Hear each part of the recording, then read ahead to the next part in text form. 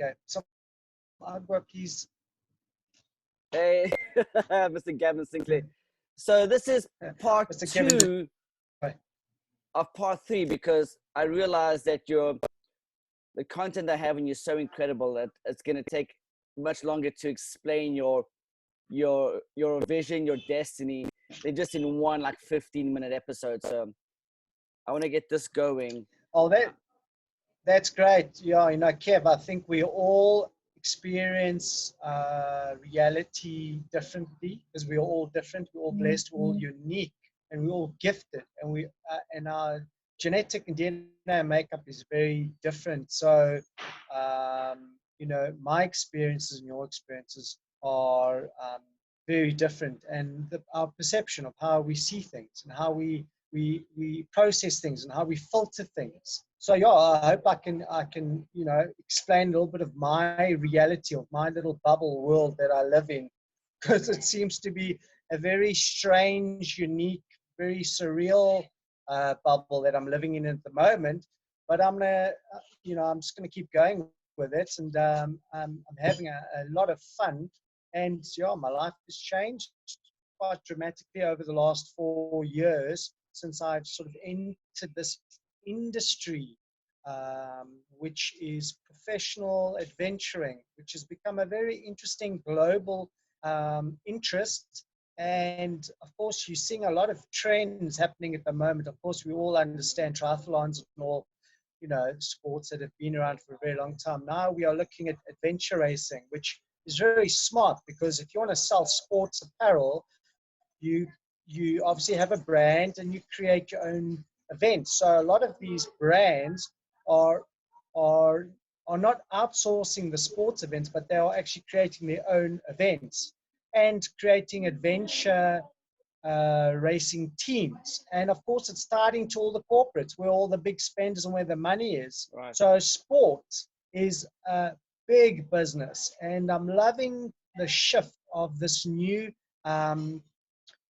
adventure racing teams, but on a larger scale. So it's not just you're swimming 2Ks and you're cycling for 100Ks or whatever it is. It's going bigger. It's bigger now than life, where you are sort of competing through 1 or 2 countries. So there is become quite a big trend in this. So when I cycled Cape to Cairo solo unsupported in 2017, and of course it's been done before, and of course there are people out there that are doing far more incredible things and more exciting things, but Crazy. quite a great trend, because after my ride I had a lot of people get hold of me saying, hey, could you plot out your route? And part of my route was I cycled, I went off the main road and I went to Cairo mouth. I took a ferry and I cycled where I could along the Wild Coast beach for a week, and that was phenomenal, incredible, and very difficult. But yeah, so there's been a lot of interesting developments in my little bubble and world. But yeah, I hope I can get it all out and explain it in a sense that inspires and motivates people.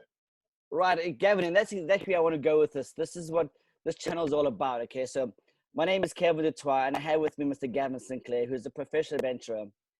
And actually, people that know me personally call me KDT, but besides that, I'm hyper-focused on wealth as an entrepreneur.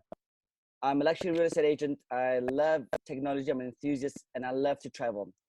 And that's what I want to do. The reason I have Gavin on this channel, and I want you to subscribe to this channel, it's because I want to give you insight into the wonderful world of business, how to manage your money, how to create wealth, and by leaving a legacy and doing wild and wonderful things like what Gavin's doing. The benefit of this channel is I want to help you change your mindset.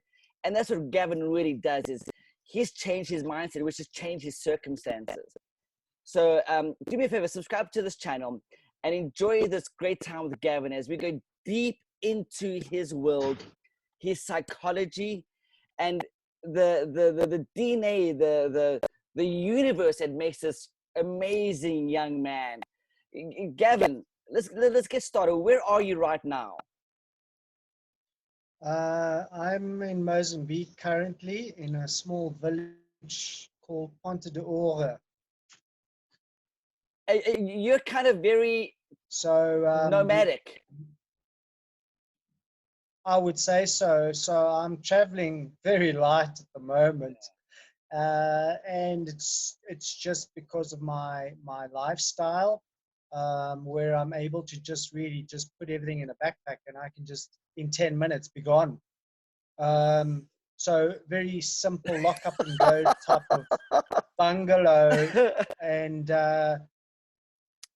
I've done a few things up in Mozambique. I've traveled Africa, obviously extensively, running through Africa and cycling through Africa, but I always seem to come back to Mozambique. It's got a very special energy for me, and it suits my lifestyle, training, and conditioning, training and stuff. And the energy really resonates with me. And I've been far up to Nampula, where I did an island swim, and I also went up to Bazaruta. So tell us, hey And Gavin, I'm hoping to. tell us about the island swim, Gavin. And where can we watch that? Where can we see that? Do you have any video of that crazy swim, Gavin? Yeah, so what I was actually going for, Kevin, was the longest triathlon in the world. Or let me rephrase that, one of the longest triathlons in the world. Yeah. So in 2017, I cycled to Cairo solo unsupported. 2018, I ran solo unsupported 4,000, just under 4,000 kilometers through 4 African countries. It took me 7 months. And then in 2019, I was planning to do a swim, and I'm not really a good swimmer, but so I obviously needed to complete a multidiscipline. So it was a swim. That was the logical step. So I was planning to swim along the coastline of Mozambique, and I was a brand ambassador, an ambassador for Missing Children South Africa as an activist against trafficking. And I supported them for 4 years on my Cape to Cairo, my run through Africa, raising funds and awareness, speaking at public functions, going to events in schools and all that, promoting the awareness and that. And after my run, I decided I was looking at a new, fresh angle. So I would like to focus more on representing nature conservation and stuff next. So I was going to swim 300 kilometers in the ocean over a period of time, but I worked out my logistics and stuff, and my plan was to swim along the coastline. Yeah. But when I looked more into it, it's extremely difficult to get in and out of the ocean to rest. And I realized, like other swims, I need a support boat on this, and it would have to be something where it starts at point A and ends at a point B. So I heard of a guy and a friend of his who swam to Madagascar. So I looked into that and I planned out everything based on collaborating with a new NGO, which foundation, after I moved away from Missing Children South Africa. And I plan to swim to Madagascar over 28 days, about I think it was 22 Ks a day, I think, and it would have been 460 kilometers from a port called in Nampula, Nakala port, to Madagascar. I did research on renting a yacht, a catamaran, and you know, you're looking at about 12,000 rand a day to hire these things. And of course, you need a medic on board to do these types of things. You have to have a support vehicle, which was the boat, and you needed to have a medic on board, and obviously you need a chef and food and all that, and all the other aspects and logistics that go along with it. So I teamed up with this organization, and you know, unfortunately, I was told certain information that gave me the guarantee that we could secure the necessary funding to do the swim. Okay. But then as we did the PR and the TV and the radio interviews and stuff, at the end, when I needed the funding to secure the catamaran and that to do the swim, Yeah. I was told the funding wasn't really there, and I had to first raise the fund. So it didn't work out my major epic swim of 460 k's to tie into the world's longest triathlon in the world. But anyway, I got the opportunity to travel up about 2.5 hour flight Yeah. from Maputo north I to remember seeing that. Nampula, yeah, where I swam 5 k's. Well, it's 5 k's from Ilha de Mozambique Island to this beautiful resort called Coral Lodge. And afterwards, I went to Bazaruta to do a swim up there as well. So in my 4-year sort of career entering this industry, I have cycled Cape to Cairo. I have run 4,000 k's through Africa, and I've done 2 small island swims. And I'm in discussions with the Gorongosa Nature Reserve Park. Oh, very nice, very nice. I've been invited to go up there to do something and do a charity run for the park as well, to expose and to promote the park and perhaps raise funds for them. So we're going to do something, but of course with the corona that is current, of course a lot of things have changed for many people. So Gavin, so that's what I've been busy with. Gavin, when you do these runs through Africa, most of it's the wild Africa.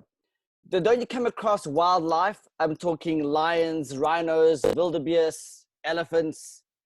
Don't you come across those? I mean, or are you going kind of through closer to cities, away from the bush? Kevin, yeah. So if you travel through Africa, well, like in Kenya seems to have, when I was in Nairobi, they have literally wild jungle and then all of a sudden the city. And there's no fence over there. I mean, when I was there, which was part of my Cape to Cairo in 2017, I mean, they had 2 male lions running down the main road in between cars. So Africa is wild. So on my Cape to Cairo, I went through extremely remote places, villages. I mean, there are places where there wasn't even like a road. It was just path and track.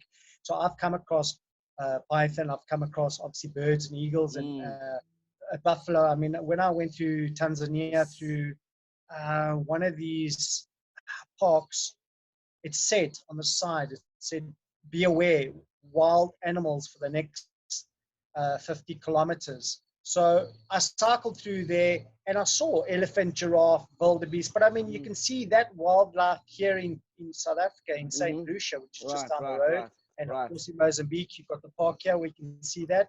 I've come across pretty much everything. The only thing I never came across was cats. So cat is more confined into sort of caged off areas, or in a park area where you're not allowed to go into those places. Like the Kruger, I mean, you're not allowed to get out your car. Right, okay. So it's because cat sees you as prey and it will attack you.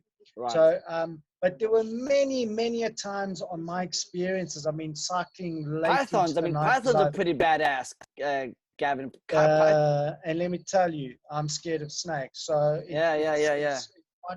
it's quite an honor to see such a beautiful creature as a python in the wild and stuff. And you get to see a lot of things. And in one of my articles, interviews, I think it was Runners World SA. No, sorry, it was a Runners World UK magazine. They asked me, so weren't you afraid of the wildlife? And my response was, well, I'm more worried about you. We tend to just like kill sharks, and what's happening to all animal wildlife is sad, for whichever way. And I mean, we just we've got this arrogance that we can just kill and chop and do as we please. Hey? So Yeah. I think humans can be more, yeah. So Yeah, for me, Gavin, I'm trying to, I'm trying to, in my mind, live what you're going through, and I'm almost becoming like this wild man. And I think we all have some wildness inside of us. Do you consider yourself kind of a wild man, or are you pretty, are you more of a nature conservative where you understand more of the the dimensions of reality than what we're living here in the cities and in techno world and so forth, Gavin?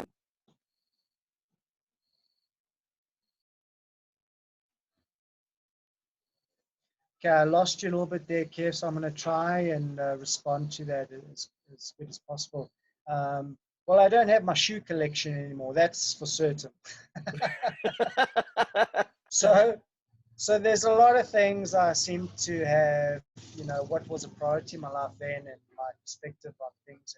And we grow, we always, reinvent ourselves and look at what's important in our lives as we get older, and of course, the responsibilities. And I've been fortunate in my life to be flexible. I never got married or had kids and stuff, so that gives me a greater opportunity to do those things. I mean, I was involved in a relationship once, and it was too stressful because I would disappear for a week, no signal, so nobody would know where I am. So it can be a bit selfish on your partner. But in terms of like when I was very young, like in the first episode, when I was 6, 8 years old, when I got my first, or let's say about 5 years old, first bicycle, then motorbike, and I just, for me, adventure, it's always been in my DNA. But we are, as sapiens, we are born to run, we are born to move. That's what we did as our ancestors. Sure, we don't live in a cave no more, but I tell you what, today you pay a premium just to go on an experience for a weekend to stay in a cave. You're paying a top dollar because people are wanting that experience. Absolutely. People are wanting to feel connected again, and sometimes we feel. Sometimes we feel a little bit disconnected, right, because of the pressures of the world and how fast things are going. And nature has got this incredible way of realigning us, and that's like what we used to do. We would go out into the mountains for a week and be alone, and we'd come back and recharge ourselves. So I think I'm becoming a little bit of a nomadic sort of person. If you look at those programs on National Geographic and DSTV, you're seeing that trend, but we know this trend has been around for a long time, right? Exactly. Yeah. No, you're right. Living off the grid, and of course, Gavin, yeah. You are the real deal when that statement is living off the grid. You are living off the grid, my friend. I watch those shows almost every day because that's all I'll watch on TV. You're living off the grid. You truly are. Yeah. No BS. No BS. And it's great because if you can rely a little bit more on yourself and know where your food comes from and be a little bit more conscious about consumerism and capitalism and all these things, the earth can breathe a little bit. And this lovely corona thing is as terrible as it has affected people, but it's a good opportunity for the earth to breathe again, almost like we all kind of are on this. Somebody pushed the pause button. Right. Taking a lovely, fresh approach to ourselves and to people around us and the world. So things happen for reasons. And Gavin, what made you become a professional adventurer? Because talking to you right now, I remember about 20 years ago, I I don't even know the year when I was married and I had my first son Samuel, and we came to South Africa to visit my dad and my family for the first time in like 10 years. And I was at the Nelson Mandela Square at Santon City having lunch with my wife. And you were on my mind for some reason. And I saw you walk out of the mall with I think it was like a GNC, like, we call them GNC in America. They're nutritional stores where you can buy your vitamins and your, you Okay. you can buy all kinds of protein drinks and weightlifting. Yes. And Yeah. you walked out the mall, and it was Yeah. you were wearing white, and you had long hair over your shoulders. And I looked at you and I thought, that's my buddy Gaven. I said, that's Gaven. And so you walked, I said to my wife, I said, and you walked right past me, Gaven, and I looked at you and you crossed, I watched you walk across the entire Nelson Mandela Square, across to the other road on the other side. And I swear it was you. And I don't know why I didn't get up and come to you. I think I was in such shock. Or I wasn't sure if it was you, and I didn't want to embarrass myself, or I don't know what it was. But Gaven, you had long brown straight hair over your shoulders, and you're very built. You're kind of stocky, not like you are now. Now you're very, kind of thin and slim. But was that you? Yeah. Athletic. Okay. Well, the description is at a point in my life sounds right, and I did use. And I used to hang out in the Santon quite a lot. So it possibly could have been me, Kevin. Yeah, I'm almost certain it was, because it was too good. Gaven, how did you get into becoming a professional adventurer? From being in civilization, transitioning into the wild? Because you're wild, dude. Honestly, I'm gonna be transparent with you. No joke. You're wild. You're a wild man, my friend. To do what you're doing, it takes one of a kind. Very select few. Very, very select few. So, I mean, obviously, from a young age, I've been I've been drawn to the outdoors, exploring, and obviously competing competitively from a very young age in sport, athletics, cross country, cycling, BMXing, motocross. I mean, it's my poor mom. I mean, I think I went to each and every single sport because I was really, I was craving exploring all the options of sport.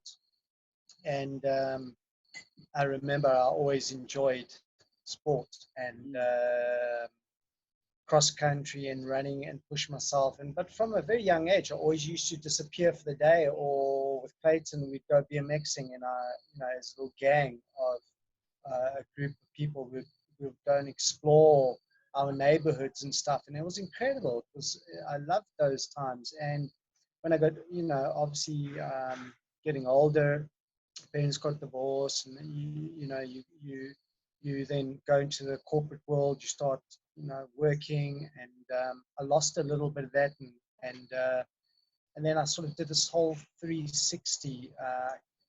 I came back to myself when I was young, and I realized that was a big part of my life that was missing, was doing those things I loved as a child. And I obviously, like I said, I was challenged in corporate, and I really, at times found it hard to keep my mouth.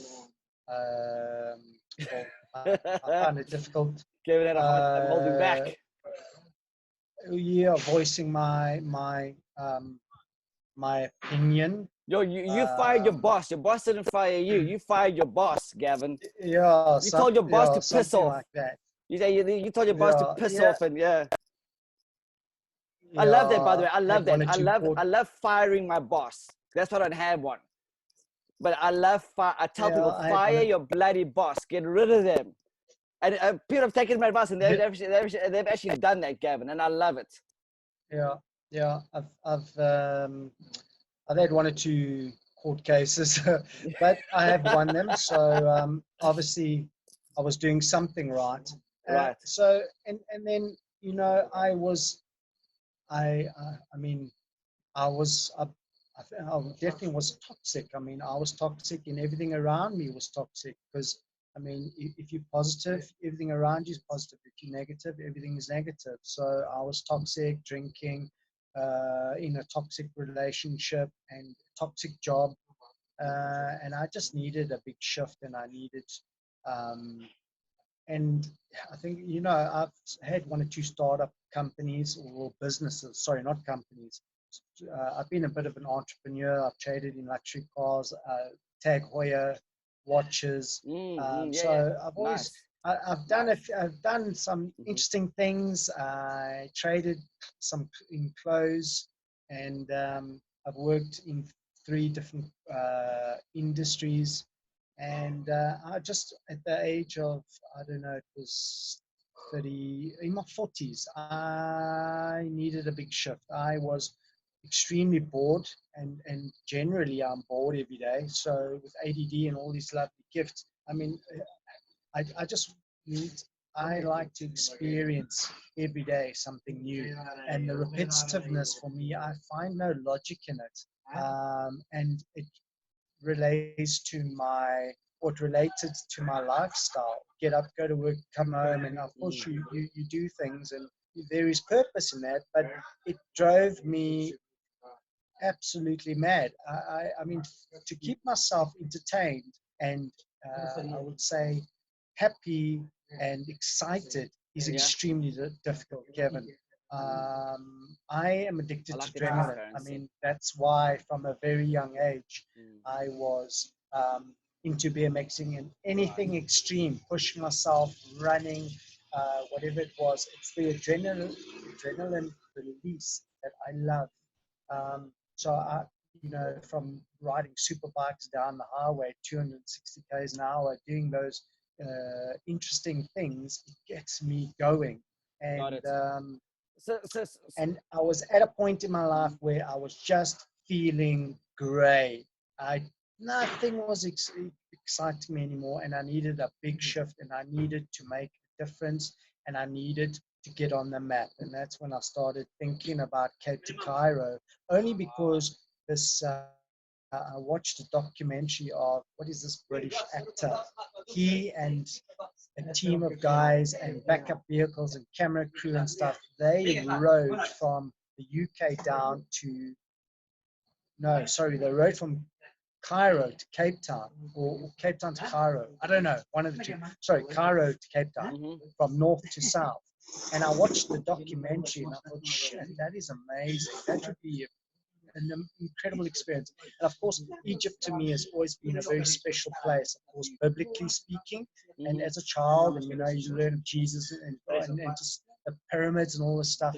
And it's where the earlier life stemmed from. And I thought, all right, I'm going to cycle Cape to Cairo on a bicycle. I told a few people, and from that day, Kev, when I got on that bicycle, my whole life had changed. And let me tell you, half the time I didn't know if I didn't have the right equipment. I tried to get sponsorships, and I approached certain people, and I said, hi, I'm going to cycle to Cairo. Are you interested in that? And people said to me, well, have you ever done this before? I said, no. So you've got no resume, you've got no credibility. We've never ever done this before. So we're not going to give you anything. I remember I contacted the editor of Bike SA magazine, and I said, would you like to do a article on me? I'm cycling to Cairo, and I'm doing it for Missing Children South Africa to raise funds and awareness. And rightfully so, the guy said to me, well, he gets inundated with a lot of requests on a daily basis from people saying they're going to do incredible things. Would you like to cover the story? And when they actually do it, they sadly don't finish it, or they, for some reason, don't complete it. So it makes sense. So I said, okay, no problem. I'll give you a call when I'm finished. I put the phone down. So anyway, when I completed it, I did give him a call. Say, all right, I've finished Cape to Cairo now. You want to do the story? So I eventually got into that. But Kev, I think it's always been in me. Gavin, tell us about that journey. Tell us, beginning to end, as brief as you can. The decision buying the bike. Did you fly to Egypt, or did you go from Africa to Egypt? Take us on that journey, Gavin, because this is very good.